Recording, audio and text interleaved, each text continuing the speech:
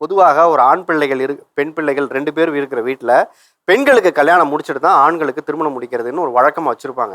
ஏன்னா கல்யாணத்துக்கு அப்புறம் அவங்க குடும்பம்னு ஒன்று வரும்போது எடுத்தேறி செய்கிறதுக்கு நிறைய சூழல் இருக்காதுங்கிறனால தான் இந்த ஃபார்மேட்டை எல்லா குடும்பங்களும் ஃபாலோ பண்ணுறது. ஆனால் உங்கள் அம்மா என்ன சொல்கிறாங்க, என் பையன் மேலே நம்பிக்கை வச்சு நான் அப்படி செய்யாமல் என் பையனுக்கு அந்த வயசு வந்தோடனே நான் கல்யாணம் பண்ணி வச்சேன், என் பிள்ளைய அவன் பார்த்துப்பான்னு சொல்லிட்டு அதை எப்படி அந்த எதிர்பார்ப்பு எப்படி குறை சொல்ல முடியும், அது எப்படி தப்புன்னு நீங்க சொல்ல முடியும்னு கேக்குறாங்க. வெளியே இருந்தாலுமே என் பெரிய தங்கச்சி கல்யாணத்தை நான் தான் சார் நடத்தினேன். அவங்களே கேளுங்க. நடத்தினார் சார், நடத்தினார். ஏதோ இவர் என் விருப்பத்துக்கு நான் நிறைய செய்வேன். அவர் என்ன சொல்லுவாரு, நான் இதான் என்னால முடியும் அப்படின்னு சொல்லுவாரு. என்ன சார் சொல்ல, குடும்பத்துல இருந்தாக்க அது வருமா சார்? அது எப்படி சரியா இருக்கும்? அவருக்குன்னு ஒரு குடும்பம் வந்ததுக்கு அப்புறம் அந்த குடும்பத்துக்குன்னு ஒரு எதிர்பார்ப்பு இருக்கு, அங்க ஒரு குழந்தை இருக்குல்ல. ஐயா, என் பையன் அவன் இன்ன வரைக்கும் அவனுக்கு 10 பைசா நான் செலவு பண்ணதில்லை. மீன்பாடி ஓட்டினேன், மோட்டர் வண்டி ஓட்டினேன், இப்போ ஆட்டோ ஓட்டுறேன். இப்போ 10 ரூபா நான் சம்பாதிக்கிறேன். என் கை காசுல அவன் வளரல. அவன் திறமையில, அவன் புத்தியில, அவன் புத்திசாலியில, அவனோட மஞ்சத்துல சம்பாரிச்சு அவன் மின்னுக்கு வந்திருக்கான். நான் போனேன்னா 10 ரூபா சம்பாதிச்சுனா சாப்பிட்டேன்னா படுத்துடுவேன். கல்யாணத்துக்கு கூட தெரியும், எங்களால் முடிஞ்ச அளவுக்கு தான் கொடுத்தோம். மித்ததெல்லாம் அவன் வந்துவிடான். நீங்கள் நான் 3ஆம் கிளாஸ் படித்தேன், அவன் அதிகமாக படிச்சிருக்கான். என் பிள்ளைன்றது ஒரு உலகத்துக்கு எவனுக்குமே தெரியாது. அவன் வர்றதும் தெரியாது, போகிறதும் தெரியாது.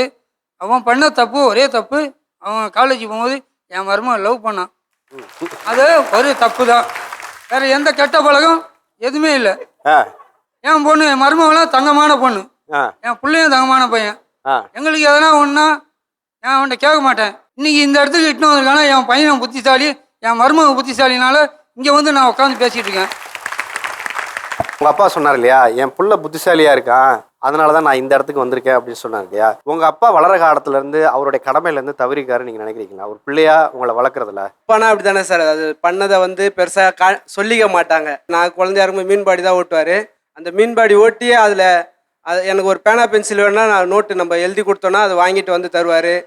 நான் என்ன விருப்பப்பட்டு கேட்டாலுமே அதை வாங்கி கொடுத்துருக்காரு சார். கஷ்டப்பட்டாவது கையில் காசு இருக்காது, இருந்தாலும் நம்ம ஸ்கூலில் டூருக்கு போகணும்னு சொன்னாலுமே அப்போ போயிட்டு அந்த கஷ்டப்பட்டு வண்டி ஓட்டிட்டு அந்த காசை எடுத்துகிட்டு வந்து தருவார். இப்போ வரைக்குமே நான் இப்போ ஆசைப்பட்டு ஒரு என்கிட்ட காசு இருக்கும் சார், என்கிட்ட ஒரு 5000 10,000 இருக்கும். இருந்தாலும் அவர்கிட்ட ஒரு 500 ரூபாய் நான் கேட்டாலும் அதை தருவார். பசமா கேட்டாலுமே அவர் தருவார் சார். இது வரைக்குமே எனக்கு எந்த குறையும் வச்சதில்லை. அம்மா ஹவுஸ் ஒய்ஃபா, அவங்களும் வேலைக்கு அம்மா நாஷ்டா கடை போடுவாங்க சார். நாஷ்டா கடை போட்டு கஷ்டப்பட்டு தான் சார் நான் படிக்க வச்சு எல்லாமே பண்ணாங்க. இப்போ ஒரு நான் நல்ல நிலைமையில இருக்கேன். நான் அவங்களுக்கு தேவையானது எல்லாமே நான் பார்க்குறேன் சார். கூட இருந்து பார்க்கும்போது மனஸ்தாபங்கள் வருது. உங்க பையனுக்கு நீங்க எதுவுமே செய்யலைன்னு சொன்னீங்கல்ல, அவர் ஒரே வாரத்தில் முடிச்சிட்டாரு. எந்த அப்பா செஞ்சதை பசங்க கிட்ட சொல்லி காட்ட மாட்டாங்க, அப்படித்தான் நானுன்ட்டார். எனக்கு இன்னும் யாரும் இல்லை, ஜாதி ஜனம் அக்கா தங்கச்சி அம்மா யாரும் இல்லை எனக்கு. நான் ஒரு அனாதை. எனக்கு கருத்து சொல்லி புரிய வச்சது என் மனைவி கன்னியம்மாள். எனக்கு இந்த அளவுக்கு புத்தி சொல்லி ரோட்டில் போகிறேன். எனக்கு 20 வயசு ஆகுது.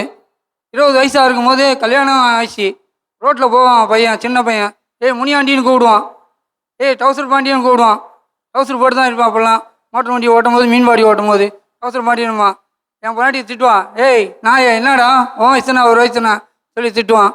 இப்போவும் அந்த சண்டை போட்டால் என் பொண்டாட்டி எனக்கு சண்டை வந்துன்னா அந்த இடத்துல சொல்லுவா, உன்னை தம்தூன்னு பையன் போகிறான் பாரு, அவன் உன் டவுசர் பாண்டியன் கூப்பிட்டான், முனியாண்டியும் கூப்பிட்டான், உன்னை ஆளாக்கி விட்டது நான் தாண்டான்னு சொல்லி இப்போவும் திட்டுவா. சண்டை வந்துச்சுன்னா அந்த வார்த்தை இன்னும் எனக்கு ஏறி நிற்குது. அடித்தாலும் உதைச்சாலும் இல்ல. உங்களுக்கு இது இந்த ஒரு கேள்விக்கு பதில் சொல்லுங்க. அவங்க தனி குடும்பம் போனது உங்களுக்கு சந்தோஷமா?